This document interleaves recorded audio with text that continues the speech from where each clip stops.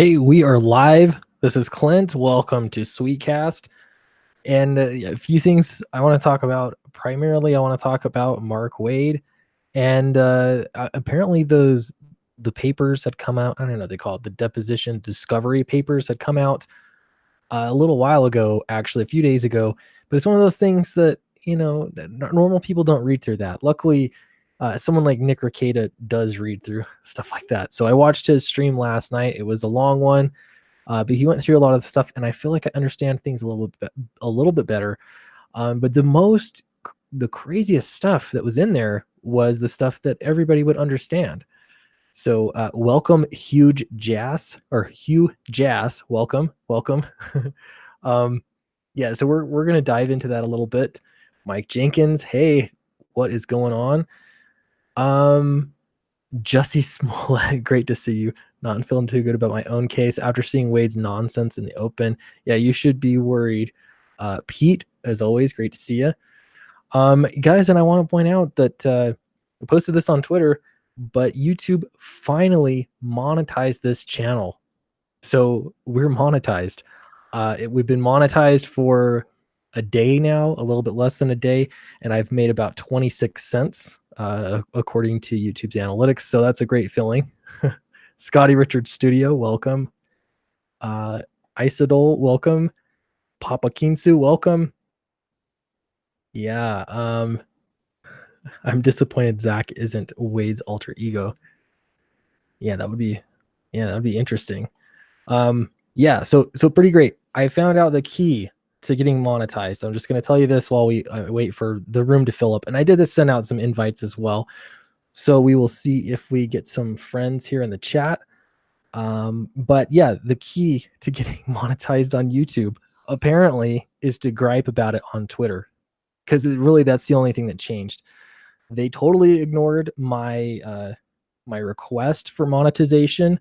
I had clearly met all the requirements. I complained about it on Twitter. This is now the second time, and I added right at YouTube. And because I did that, they actually responded. Holy cow. And there is my first ever super chat monetized. Aaron Alfici. Sorry, I said that right. What PHP? What is that? 250 PHP? I'll call me ignorant. That is a big number though. Thank you so much. Really appreciate that. Yeah, so the thing here is they monetized me, and I really think it had to do with me griping about it on Twitter. And so they were trying to call my bluff. They thought that I had not reached my requirements to be monetized. I sent them a tweet. I tweeted at them and said that I'd been waiting, and still nothing. It's been 4 months since I applied, since I met all my requirements, still nothing. And they said, take a screenshot of this page. And it was going to be a page that showed if I was eligible to even apply. I did that and I sent it back immediately. And, I tripled at least all of their requirements.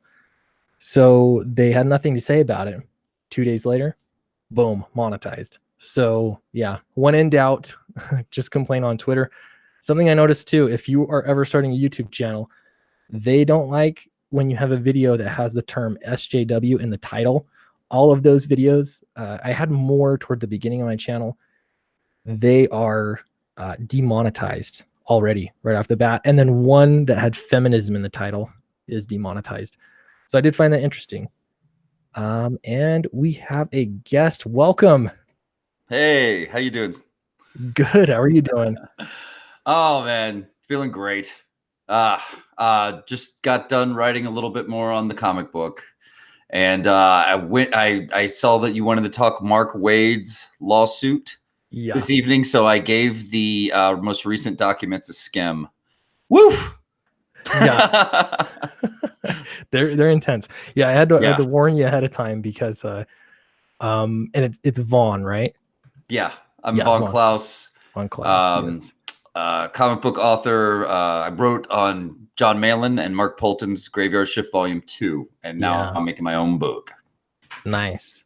Very cool. Well, yeah, we'll look at your book. I know Monster MD is that's the art that you're featuring there on the front. So that looks like a cool book too. Thanks, man. Yeah, this is my greatest creation, all that jazz. So just can't wait to share it with you guys. Great. But for right now, we have mischievous comic pros to talk about. No, yeah, this is the thing. That's why I warned you ahead of time, because I know it's controversial, but this is one of those things that I've been trying less to talk about specific individual comic book pros, especially negatively. But this is such big news. It's such a big thing that, and honestly, it's kind of what got me into all of it. So we're going to talk about it. Yeah, of course. I mean, this is history. Yes. Whether we like it or not, it's not comfortable, but it is what it is. Yep, exactly. It is changing the course of comics for sure. So I want to get into that. Let me share my screen here. And yeah, I just got monetized. My first super chat is here, so that's great. Oh, that's awesome. Yeah, that's such a good feeling. Finally. So I'm going to remind everybody, I've got Downcast right now that's open on Indiegogo. I've got the link in the description, and I'll probably post it every now and again. But I just yeah, while we're here, I just want to let you guys know that it's there. And don't forget about it. So here's what we need to talk about. This was probably, there were two standout sections of it. Did you watch Nick Rekieta go over it, or did you just read the information yourself? I just read it myself. Okay, cool. It was interesting because the most damning evidence is stuff that you would see like right here. This is just some text messages. And this was the worst. This, and then one other part that he had mentioned with his definition of what a white supremacist is. which yeah, that was. Oof.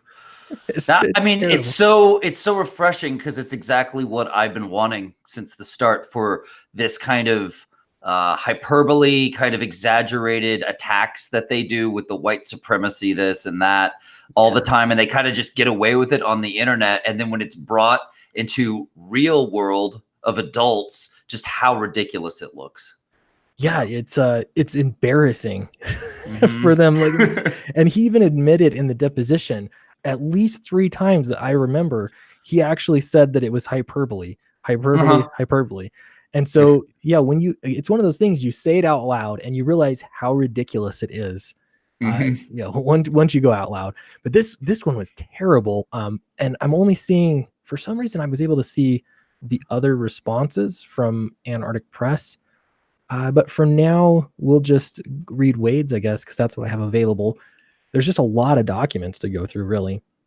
Yes. And if people need to be filled in, I mean, I could look really quick at the responses if you want me to just read them aloud verbatim to everyone. Sure. If you know where they're at, that'd be awesome. I'll go see if I can pull them up again real quick. Be right back. But for now, delve into WAID. No worries. Yeah, take a look. Yeah, so this is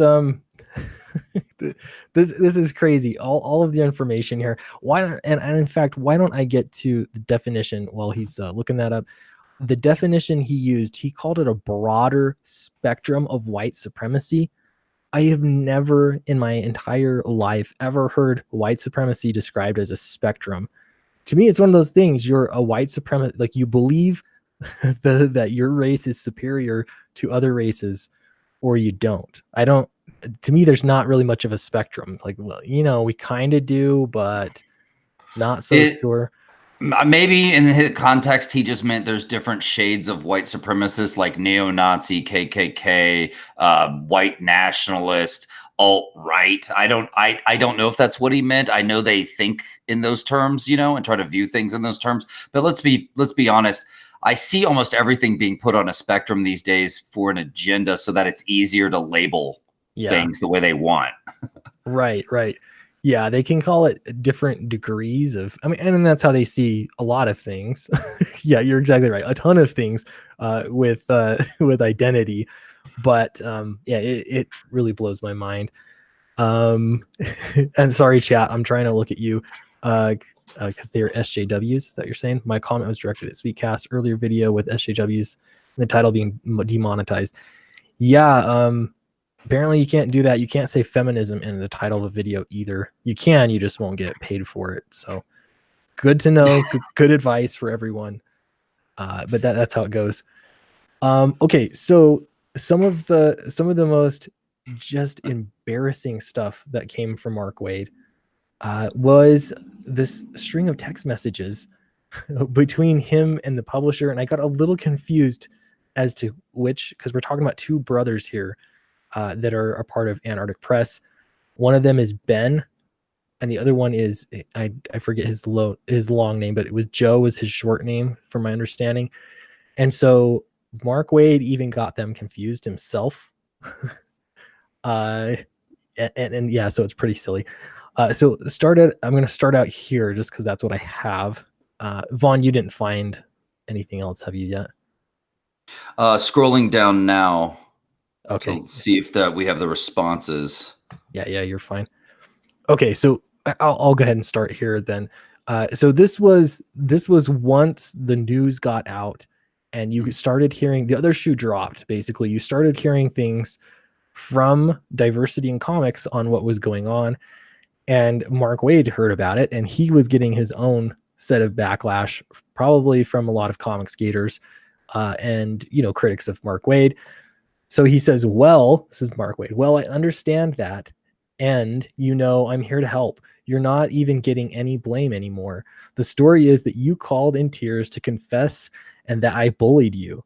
I think that's 100% fiction. You said at the time you didn't feel I was bullying or harassing you in the least, correct? And then he responds again, Ben, question.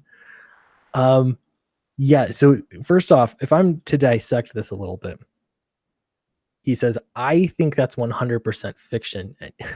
He thinks it's 100% fiction. That's a pretty silly Nudge, statement. nudge.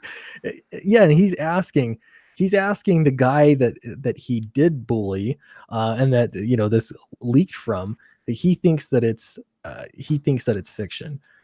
Yeah, that seems really, really silly to me. I'm just going to address. So Jason Black says, you're streaming at the same time as EVS Bold Move, my friend. I'll catch the Comicsgate live later. Oh, well, thanks for dropping in. Yeah. I have a response to what you just read. Oh, perfect. From Antarctic Press. It is not Ben, though, his brother, the publisher. Yeah. He says, Mark Waid starts getting really sweaty after the 100% fiction, and he's like, Ben, I left you a voicemail, not asking for anything but confirmation that you and I are good with one another still. If not, what can I do? So he's sweating, and then the response is, I'm sorry, but this is not Ben. I'm his brother and publisher of Antarctic Press. Again, I'm sorry, but I've avoided being online and taking calls at all for the past 5 days to avoid all this. This has taken both a mental and physical toll on me and my family. I do not want to say or do anything at this time. I hope you can please respect that. So now he's tapping out. Yeah. He's done. And he's asking for the respect. And the thing is, he didn't directly address this is how it works, is that often SJWs, that's going to demonetize me, but whatever. SJWs like to do this where they'll state like a new narrative that you're to adopt. And so I do like that he's saying Ben, but from my understanding it was Joe or Joe. Yeah, he said this is not Ben, this is Joe. Or he didn't say his name's Joe, but I guess that's the publisher, Joe. That's the assumption. So then Joe basically, he didn't fall for it. He didn't go for Mark Waid's narrative. He's just like, no, I'm not talking. So I do respect that. What I wish, ultimately, is that they wouldn't have backed down to this kind of pressure, but what's happened has happened. That's really too bad. When it happened, I was surprised because I thought for sure that they knew what they were getting themselves into. And I thought because they were smaller time as a publisher that they would just kind of laugh off threats by SJWs. I thought they would just be like, okay, we're still publishing it. Like, you can be mad all you want. I thought they were going to be more rebellious, Yeah, and that's it's too bad because sort of their stance, or the fact that they were publishing it already made a statement. So it's not like them undoing the publishing. I really don't think that helped their sales. In fact, I think it just hurt it all the way around. Yeah. Yeah, and so another thing is, so I watched Ethan's video from earlier today, and I will say, everybody, I didn't know Ethan was streaming. I actually started right before he did, so we'll just go with it. But he made the video, and he mentioned that the people that are complaining about the ones that are saying, I'm never going to buy your product again, they're usually the people that weren't buying it in the first place anyway. And the fact that you're going to change things to try and appease them, it's not going to make them buy your product anyway. So yeah, it's almost like it will absolutely blow over. You just got to put your head down and go with it. Don't bend the knee, but at this point it's too late. Well, yeah, I mean, controversy sells, and they could have made such a stink that it would have made a lot of money. It would have made a lot of people would have wanted to know what this new controversial comic book is and get their hands on it, but they didn't see it that way. These people seem like kind of more like laid back, sensitive guys. Apparently, it's a family run thing. They don't do this for full time. This is a side thing while they work other jobs, so they have families to look after. So I understand why it could be nerve wracking for them to have to deal with all this insane drama, Yeah, no doubt. I mean, it had to have been everybody that I've talked to that have been swarmed like this. They've all had really similar reactions. I don't know anybody that's been swarmed the first time and been totally like, oh, just water off a duck's back. But at some point, I guess you get used to it. I like to think though, like now that I can see what they do, I'm not important whatsoever to them. But if they did swarm me, I don't know. To me, I'm like, just seeing what has happened to other people, it's just best not to bend the knee. You just seem to be better off that way. Yeah, you could be Roseanne and bend the knee, and you'll get kicked off your show. Yeah, the show was called Roseanne, and they still got rid of her. Like, never bend the knee, It's they're a puffer fish, man. They are all about puffing up to be intimidating, and you just laugh it off. Yeah, exactly right. And if you refuse, you're most certainly gonna be better off. And at least the fans that already were into your thing, they're gonna be even more interested. And I think of like Alterna Comics. Peter Smetty's a good example of just not bending the knee. And it's not that he was even like blatantly going against a lot of anti people. He was just trying to do his own thing, and he didn't waver from that. And I do think he's better off that he didn't bend the knee. He still stayed the course. Very loyal customers have come out for him since then. Yeah. Yep. Good move. Yep. Definitely. Okay, so we're going to continue down here, and I don't know how it lines up with yours. It's weird because I just got, this is like the government U.S. courts thing. I don't know. They have different versions. I'm no lawyer. But it continues. Ben, this is all I ever ask of you, and it stays between us. It's really funny now, too, because this is for the whole world to see. This is funny because I can do the responses, and it could be like a dramatization, like, yeah, there we go. Okay, you tell me when to jump in. I'll be Mark Waid on this. Okay, start with just Ben. This is all I ever ask of you. Ben, this is all I ever ask of you. It stays between us. Do you now think that I bullied you? I made my decisions based on a variety of many, many, many factors to protect me, but mostly to protect my family and employees. I ultimately made the decision. Ellipses. It was 100% my decision. Ellipses. I will accept the total consequence of that decision. Sorry, got a little soap opera there, but that's epic. That's awesome. So it says not quite enough soy for Wade. But he's manning up in a way, which is cool. Like he's taking the responsibility on himself and letting it. But he's not saying like that Mark Waid didn't do anything. Yeah. Yeah. Well, yeah, and this is a small victory. I'm glad that we saw these because this is definitely a small victory that he's not even going to give Waid the "no, you didn't bully me" thing. And I don't know if he knows that this is going to go down in court later. He must have a suspicion, I would think, because he's really trying to be tight-lipped about it. Can't we try this a little bit more soy? You said, let's see. You said I didn't bully you. You still think that way. It weighs on me. Oh, do you still feel that way? It weighs on me. No response, right? Right. Yeah. So I had, yeah, he just starts, actually, what I have is a lot of text. Let's see. Like, I have other texts that you don't have.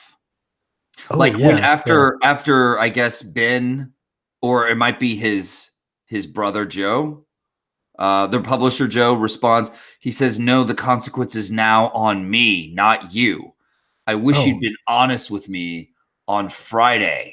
can you share your screen? Maybe we'll go through yours instead. I pulled this up on my phone, but what I'll do is I'll send the link over and share my screen, and Okay. Yeah, yeah. we'll That works. make this happen. Yeah, no, that's cool. Yeah, we'll roll with it. Let me look at the chat again. Yeah. Not so Ninja Joe says, "Sweet Cass, I listened to Rackets read through the entire deposition. Holy crap, man! If Wade doesn't settle, he is insane. If this goes to court, ooh boy, Wade doesn't have a leg to stand on." You're right. I mean, again, it's like I'm no lawyer, but you look at that; it looks terrible for him. I have no idea the whole death threats thing. That's another thing that Nick Rekieta brought up, that was going to be their angle, that he got death threats. I don't see how that changes a thing. Like, I got death threats, therefore tortious interference is okay. I mean, it doesn't make any sense. Nope.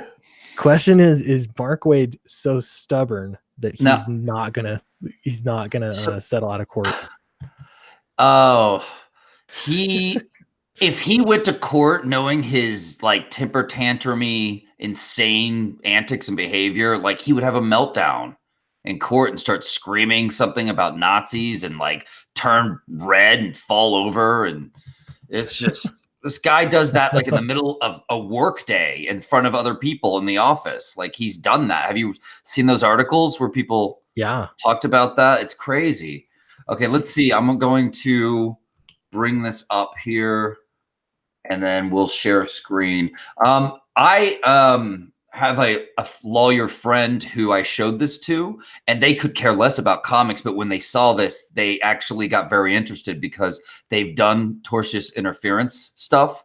And they told me there's one way for Mark Wade to get out, and that is the burden of proving malice, which can be hard to prove sometimes in court, and sometimes defenses can convolute it. However, if you know the history between Mark Wade and Richard MEYER, there's a lot of malice that's open and easily found on a Google search, like where he was posting on Facebook. Mark Wade said, "Friends," like he always does with that pretentious shit. "Friends." Sorry, I'm cussing. Need to not cuss. "Friends, if one Richard C. MEYER ever arrives at the convention, please come get me, no matter what I'm doing. Even if I'm on a panel, we must find him and make sure it's actually him. For whoever this person is, it will not go well for them." He says threatening, crazy, malicious stuff like that. What I have in this document also has his Facebook posts along with the texts. So and another thing is, even that video, the video of him he's on a panel at a convention, and somebody asks about him, and then he goes off for like 5 minutes, let the baby have his bottle, things like that he's saying. And if that's not showing malice, I don't know. I don't know what does. Again, I'm no lawyer, but it does not look good for him. And not to mention, it's expensive just to be going through all this right now and flying to, I don't know in every case. I know he was over the phone at one of the depositions. But yeah, having to fly to Texas, having to pay his slimy lawyers, all that kind of stuff. This is taking a toll on him. And no doubt. And I've seen it before too on Twitter. People were saying, is this the end of his career? I want to say there was an article about it as well, but yeah. Well, I'm sharing the document now. Okay, I've got the screen locked on you. This is his Comic Palooza on May 25th through 27th in Houston. His answer to an audience member. It's a very long answer. He just keeps talking and talk. It's a very thorough answer, probably because, this is something that he is a little bit more and tense about, emotional about. And then where would you like me? Do you want me to get to the texts again? Yeah, let's look at those texts. All right. And yeah, let's start there. Let's go with the texts. Yeah, yours is better than mine, that's for sure. We have, thank you for talking to me this afternoon. I've decided to drop the project statement on Facebook coming soon. So this is him, Ben, initially saying, this is, thank you. Like, you convinced me to drop the project and I'm letting you know, pretty much. I mean, I think that's what that's implying, at least, but that could be debated in the court. You are a very good man.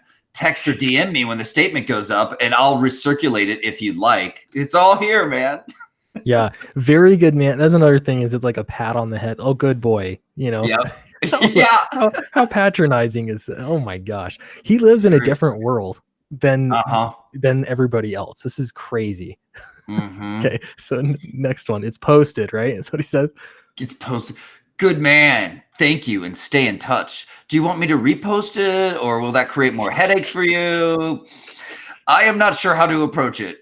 Ellipses. I am prepared for the lashing. I'm about to get from the other direction. Why don't I give it a day? That way it looks less like I'm just trying to take a victory lap. See, right there? Like, he knows behind this. Right. Oh my God. He doesn't want it to look or just less like a victory lap, because the day after makes a big difference, right? Yeah. This is crazy. Yeah. Mark Wade and your weird clone lawyer, Mark Zaid, you guys are in big trouble. You're in big trouble. Oh my God. You're going to have to make sure you get your Mark paid so that you can pay for all this, because this is about to get nasty. No, it's going to cost so much money. And sleep on it a couple nights, but my offer to do an interview is still good. So he's offering an interview in exchange? Yeah. Isn't this quid pro quo? quid pro quo. It's not it's not sexual favors, but you drop this, I will do an interview for you. Yeah, that's terrible. Not in person, probably either, right? Like, probably like email or something. Yeah, email. I don't know. I was like, are they gonna hop on a live stream or something? I'd love to see that. Yeah, right. This is I forgot about this. It just gets worse and worse. Every time he opens his mouth,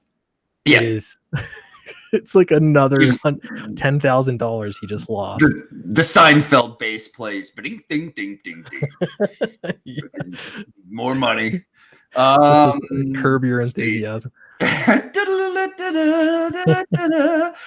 Just checking in to see how you're holding up, because he's nervous that this could blow up in his face. He knows what he did. And so the timestamp, this is the next day, I'm assuming. He sends him a message the next day. This is when his victory lap should be happening. Right. Yep. And then I went to a small show to get away. I have not gone to Facebook or checked my email since yesterday, so that reduces my stress. This guy seems like he's very fragile. I'm not saying that in a nasty, derogatory way. Like, he is a sensitive guy. I heard, he was crying on the phone with Richard Meyer, according to what Richard said, and I'm going to trust him. I trust him on this. Thanks for asking. I wrote a 4-page indictment of the industry last night. I think you will enjoy it when I finish. I had to close my Facebook account after all the nonstop death threats. Would love to read your manifesto. No problem. Also, will you be in the Temple Memorial Day weekend? That Houston show? Yeah, my wife's family reunion is in Temple Memorial Day weekend. And like, Mark Wade doesn't respond to that. It's like the guy on Happy Gilmore, like, I'll be at the Red Lobster if you want to meet me there, shooter. God bless, shooter. Can we hang out and be friends? You said we'd be friends. Oh, we're friends. Yeah. He's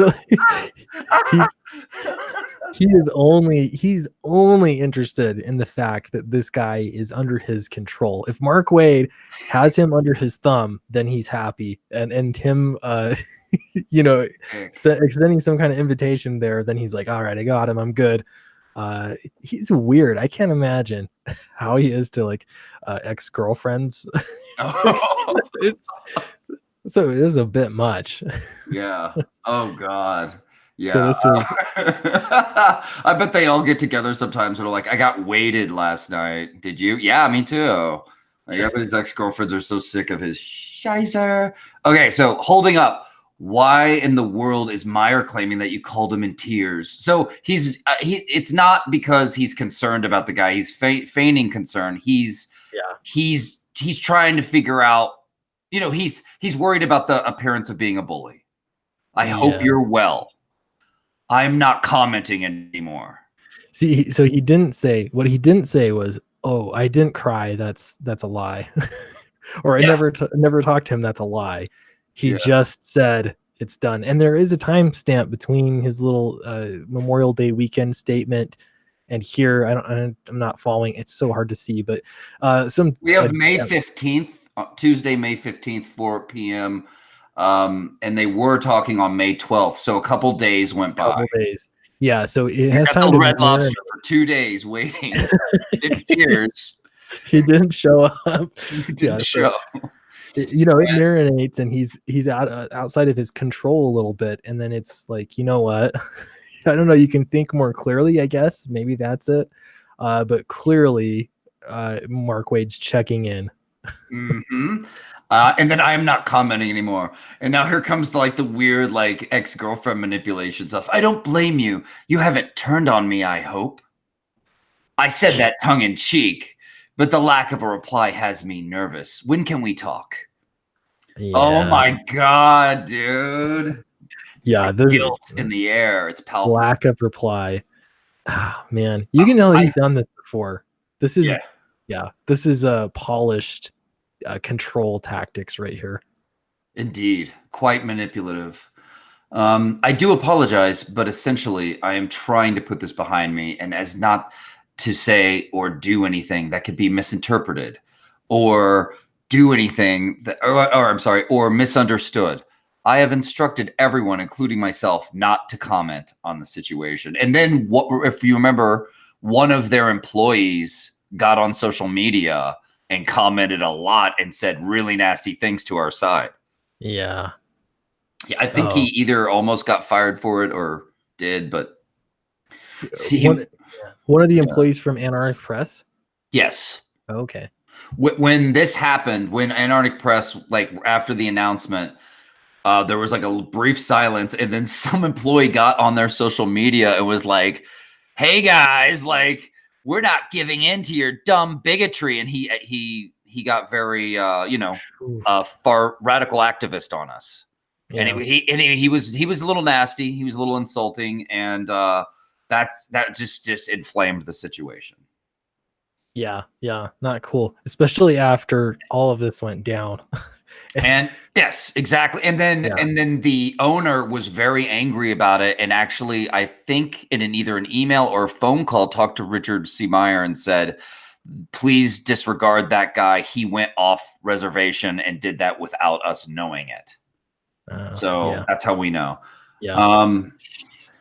Phew. But yeah, so back to it. Well, I understand that, and I'm here to help. You're not even getting any blame anymore. The story is that you called in tears to confess that I bullied you. I think that's 100% fiction. You said that, you said at the time you didn't feel I was bullying or harassing you in the least, correct? So it needs him to say it. Ben, he's got to insert the words in his mouth and then correct. This is the story, correct? He confirmed my crazy. Right. Yep. And please just say it so there's a record of it. Yeah. It's so gross. This is I need a shower. This is bad. It seriously is creepy, especially with this public. He's got to be so embarrassed. You'd think. I don't know. Man, you know what I can't wait for? What's that? I'm going to be able to hire Mark Waid to work for me one day. At this rate, he's going to have need the money. Yeah. It's going to need and I'm going to have him write my next comic, King Baby. King Baby. That's what they call him in the industry for you people, you listeners out there. Yeah. And rightfully so. I mean, he has these bizarre, unhinged anger breakdowns of kicking and screaming, smashing things, punching holes in the walls. Yes. Throwing a telephone, I think was one. Yeah. Yes. But yeah, this is he's got a reputation. Destroying an entire comic shop like knocking over shelves and stuff. And there's apparently a Yes. police call out there somewhere. I've yet to hear the audio, but that would be Yes. amazing. I think I saw text of the audio, but I don't remember. You know, it's been a little bit, but it's a history of this type of behavior, and there's no way that's not going to come out in this a little bit, at least in some small way. And the worst they have on him is like he said controversial things on YouTube, you know? Right. Like, well, that's the thing is it's not illegal to be a jerk. Like, let's say give the benefit of the doubt. If your boy Zach was sometimes a jerk online, you know, that's not illegal. But what Mark Wade did is illegal. So it's like you lose all high ground. And not to mention, of course, he's also an extreme jerk too. Yeah, and I see a re in the chat. Yeah.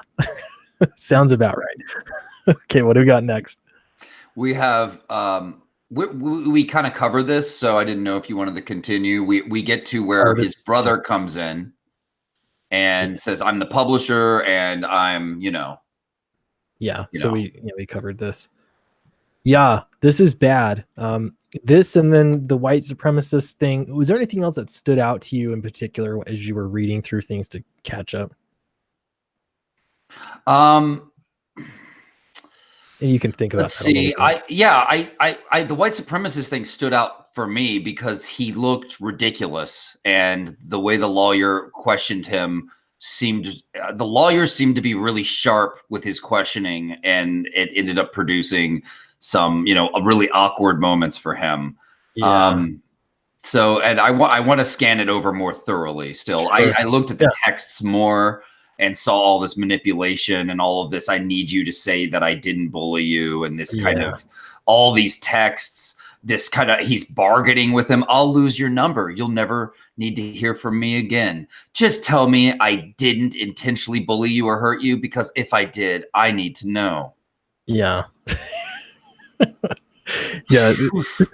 This is bad. And you know what I'm excited for is the precedents of this going to court, and there's going to be some definitions on what white supremacy is, definitions on what harassment is, or death threats, all this kind of stuff. You know that the lawyers are going to go after this very thoroughly and cover what is and what isn't.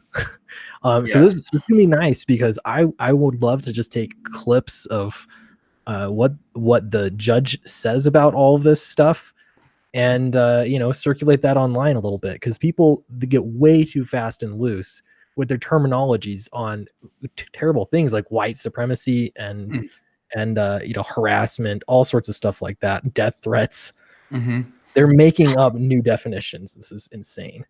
It's all a spectrum. 50 Shades of White Supremacy, and it's like what my favorite thing about it is you put that in a court of law. You put that before rational, reasonable people, and it just crumbles. Every time. No, again, you say it out loud on Twitter. It seems, might seem like it works okay. You say it out loud in front of a room full of people, and you're going to get a lot of strange looks. I'm going to point out Angela Lee in the chat says, "Shh, don't tell anybody, but you're the first indie comic creator I have backed." Thank you so much, Angela Lee. I hope I'm the first and not the last, for sure. So thanks for that. While we're there, just I'm going to remind everybody, I've got Downcast on Indiegogo right now. If you haven't backed it yet, it'd be a great time to do it now. I'm going to drop the link here in the chat too, and then we're going to get back to some of this Mark Wade stuff. I have him posting on Facebook, blatantly admitting his call into Antarctic Press here. Oh yeah. This is the other end of it too, because he's just providing so much evidence. cannot keep his mouth shut, or his fingers cannot stop. He's admitted to it.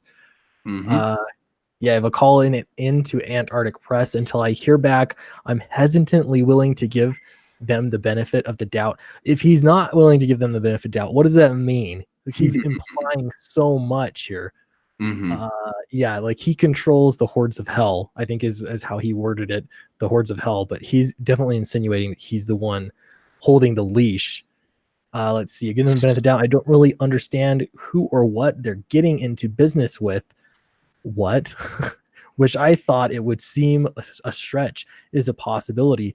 If I do hear back, I'll report it.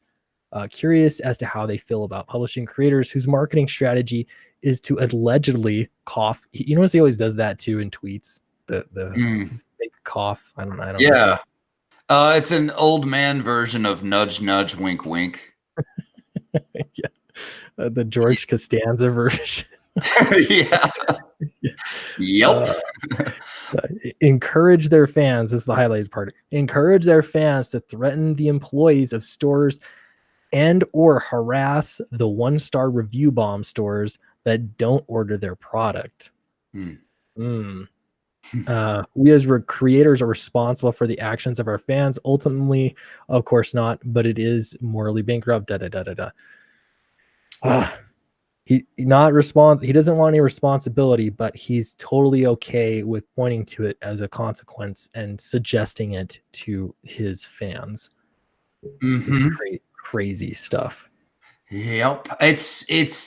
He's been playing this game online for a while, even without Richard Meyer around. He's the virtue signal. That's also about, labeling people unfairly and, taking this following of his and having them, intimidate people that he doesn't like. I mean, essentially, and he's about to learn that virtue signaling is a double-edged sword. And with his need to be virtuous and post all this stuff, we have a wonderful timeline of him admitting to calling. All the evidence we need is here because of his big mouth. Yeah. I want to know if there's more. I don't know how Discovery works. Like all this stuff I'm just kind of speculating on, but I would be really interested if they, for a character witness or whatever, if they were able to dig up that old 911 call that supposedly exists with him tearing up a comic shop. Wow. Yeah. Or, some of the other accounts from co-workers and things like that of just insane behavior. I don't know if it's relevant or not, but it would surely be really entertaining to read. Oh God, it would. Oh man, would it? Discovery is interesting. You turn it all over, all your phones, emails, texts, everything. And they could do a lot, or they could find a lot through Discovery from a lot of different people and, whatever they can find and then stuff's accepted and stuff isn't. But I don't know much else other than that. But yeah, it's amazing because this is a David and Goliath story in a lot of ways in comics too. Isn't, if I understand correctly, isn't part of tortious interference there's some element of liable? I don't know if that's completely aside or not, but I know that there's malice that has to be proven, but him calling you boy Zach things like misogynist, transphobic, racist, bigot, on and on and on and on and on. I don't know. To me, this all adds up to possibly malice, in totality. It's also like these are terrible names to call people. He's actually damages. That's another part of it, but that seems really easy to prove because he had the contract signed. I don't know. This is not look. I think there's different types, and there's the type that involves libel, but there's the type that's called tortious interference with a contract. And when it comes to the malice you mentioned, you have to prove malice in trying to get that contract void, or shut down. It's not just general malice. It's malice that can be applied to wanting to bring down that contract. And that's why it can be difficult. And Mark Waid has a possibility of slithering out of this. Yeah. So let's, I'm just curious here to explore that a little bit, but if we compare or contrast, it's possible then that you could call, same scenario, someone could call Antarctic Press and just say, hey, just so you know, I actually like Richard C. Meyer. He's a cool guy, but I just wanted to bring this to your attention. You might not want to publish him, that maybe that could be very on one end of the spectrum. See, I use spectrum there. I'm going to claim that from him. On one end of the spectrum, that could be no malice. You have good intentions. That's one thing. Another thing is, hey, this guy is a racist bigot and I have personal issues with him. Yes. And yeah. And if you publish him, you know, you're gonna be in big trouble with the industry, with a lot of the fans and comics are gonna come after you and pretending like you're the gatekeeper to that. You know, you're just the good guy holding back the rabid dogs or whatever. Right. And don't tell anyone I was bullying you. Say it. Oh, I need to hear from you now, Ben. I'll see you at the Red Lobster, shooter.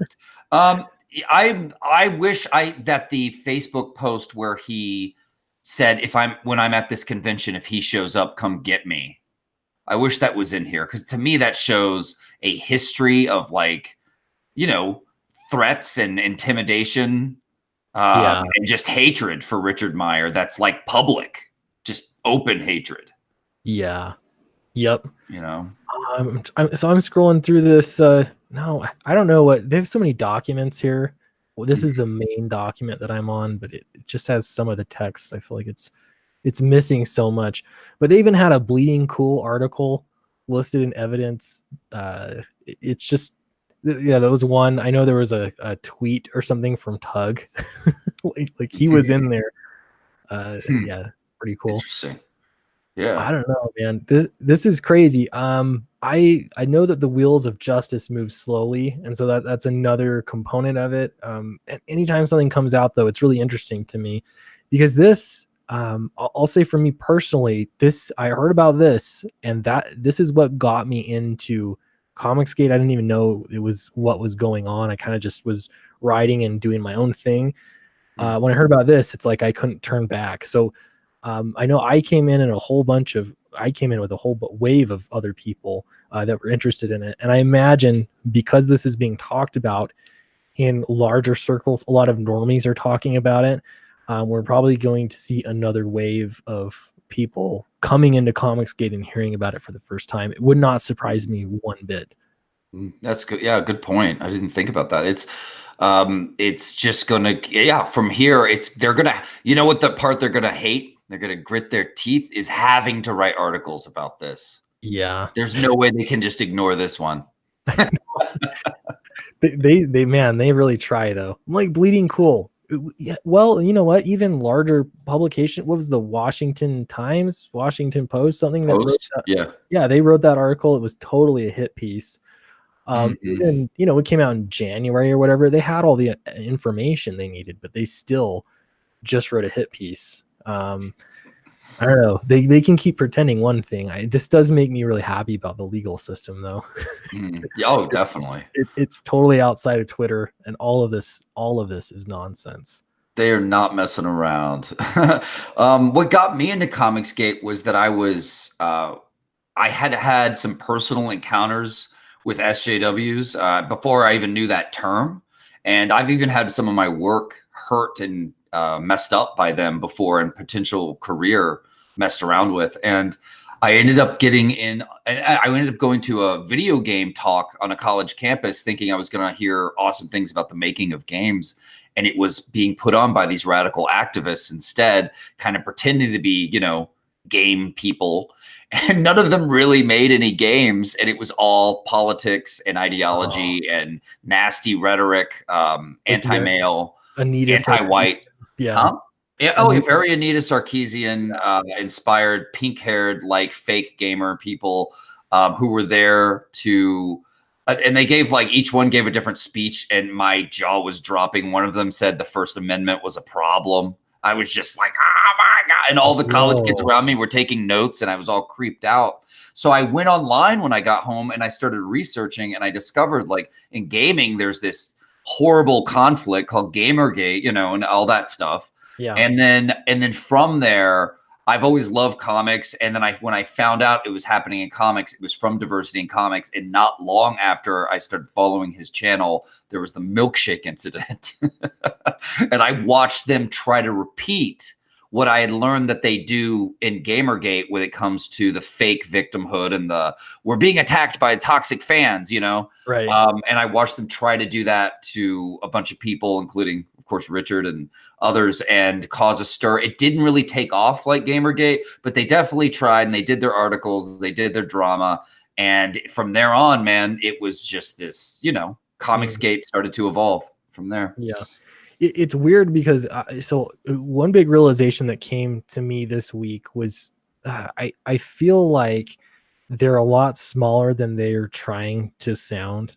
You know, every time there's some kind of conflict on Twitter with a lot of the activists that are out there, I realize it's the same people. Like if I count them up, I can think of like 4 or 5 accounts on Twitter that are always you know, causing the uproars, and it really just feels like it's such a small group of people. And so when you take this out of the online environment, it really does show how small they are.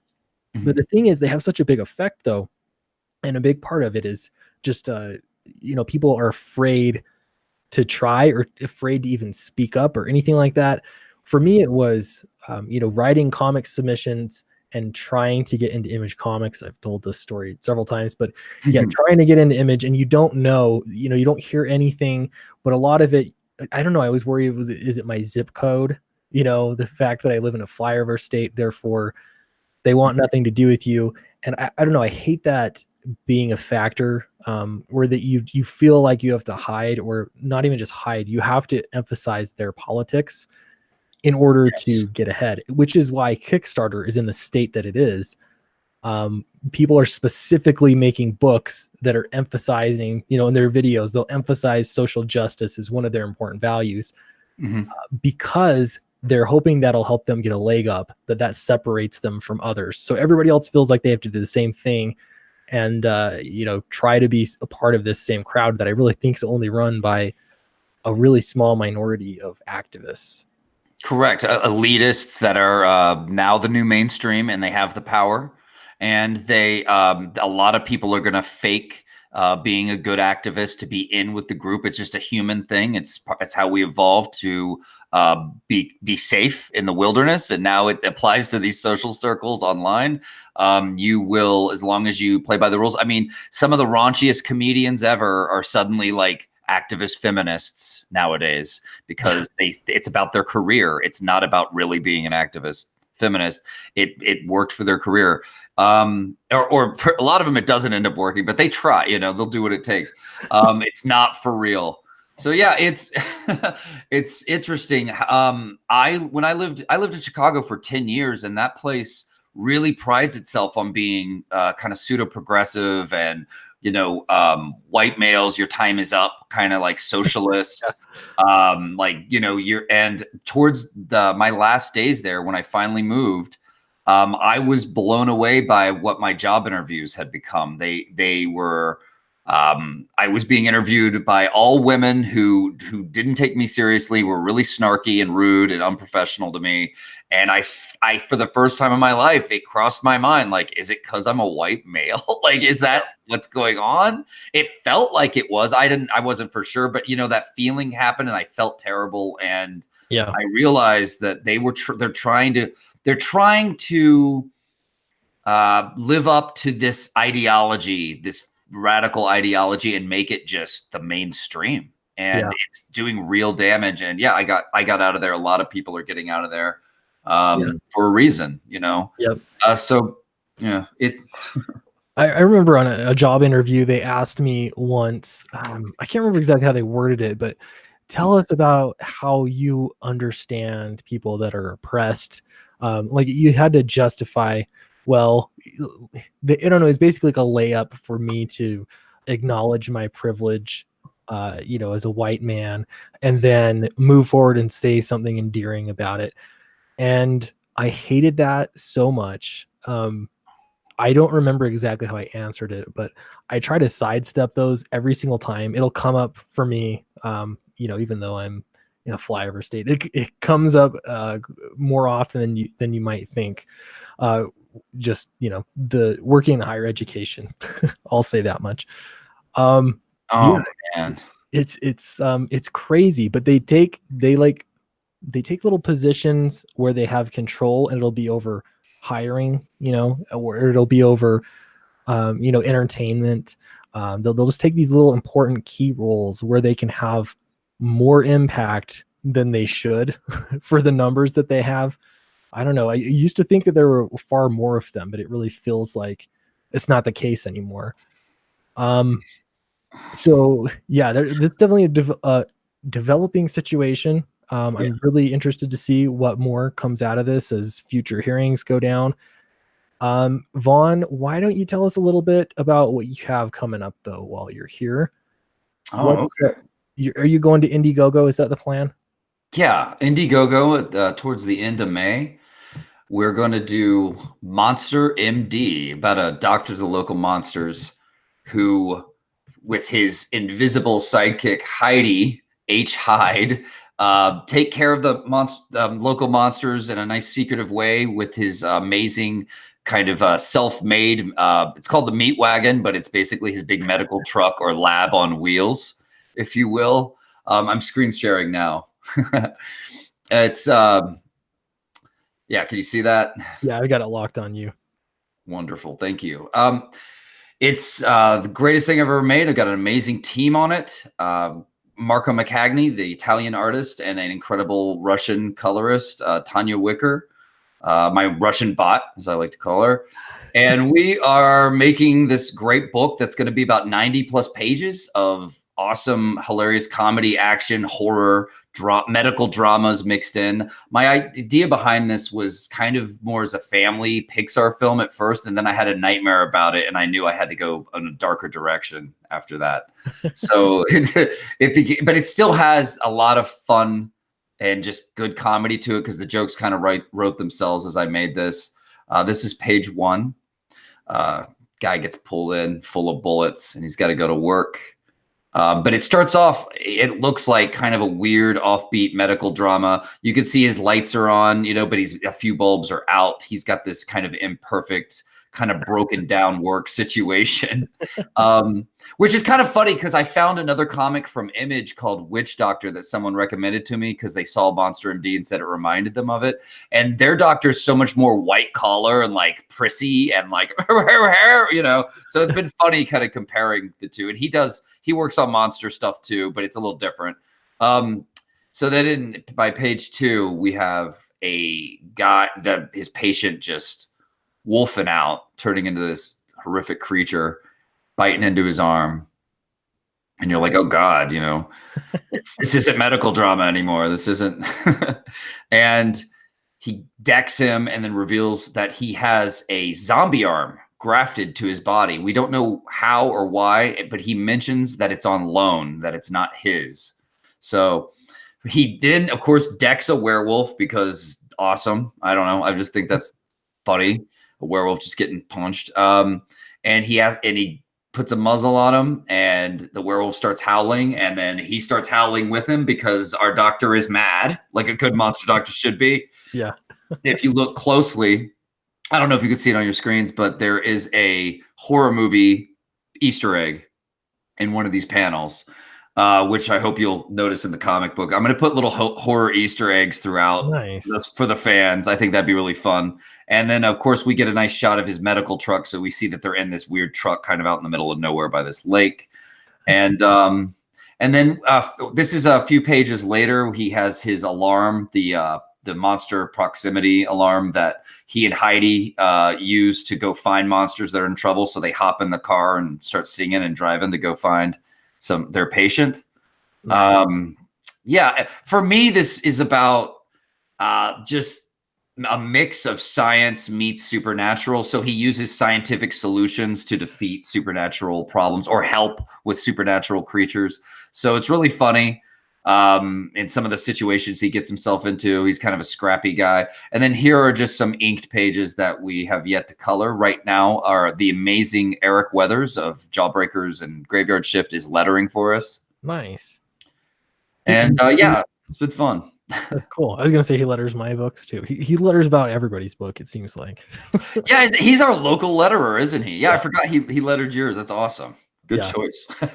You know, this is cool. The cool thing about indie comics is you can do a story like this, whereas, you know, you might not, I don't know, like the art, the story, everything sounds great. Like this could be published by any publisher, but would it be published? You know? Yeah, So exactly. it's really cool to see that this is the kind of stuff that is coming out of this great indie community. So yeah, that's great. I think we're probably going to wrap up pretty soon here. I want to make sure that I have enough time. Alejandro's watching too. Hey, Alejandro, congrats on your book. That's a oh gosh, a harbor. I just forgot. Long harbor. Yeah, looks Awesome. I can't wait. so good. Yeah, I cannot wait. Looks Man, great. talk about like the comics community lucking out to get an artist of his caliber doing sequential stuff. Like, Yeah, he doesn't have to do that. You know, like, yeah. he could get paid to draw aliens and stuff, but it's like he ventured in, and that took some guts. So Yeah. appreciated. Yeah, it's really cool stuff. I think we're going to be seeing more and more. I mean, this proves it right here, Monster MD, but the bar is being set higher and higher as we go. So yeah, really cool stuff. I'm going to remind everybody too about my book, and that is Downcast. We broke 18,000 today, and we're so close to 500 backers. Which I'll be honest, my goal, sort of just starting out here, is I thought if I can hit. Oh, I'm not even sharing my screen. I'm looking at my own face. Sure. I thought if I can hit 500 backers, then this will be a really successful campaign. We're not even quite halfway through, and we're about at 500 backers. So yeah, if you haven't yet, please do check it out and back it. I would love to have your support. And then yeah, you can get this book. I'm really excited about it. I've been putting my head together with the artist Ignacio Lazaro. And yeah, we're talking about future plans and stuff, and I'm really excited about this. Again, this is another thing. If I submitted this to Image, there's no way. I don't have the kind of connections. There's no way, and I know that a lot of people can relate to this. There's no way I'm getting published. But in a community right here where you're just accountable directly to the readers, it's a totally different thing. You can tell these out of the box stories, and you know, people will give it a chance. So it's really great. And it's sad because this book should be published by Image. This is high quality, solid stuff, and they've got a political mindset. You know, it's all this kind of hysteria, which is a very powerful thing.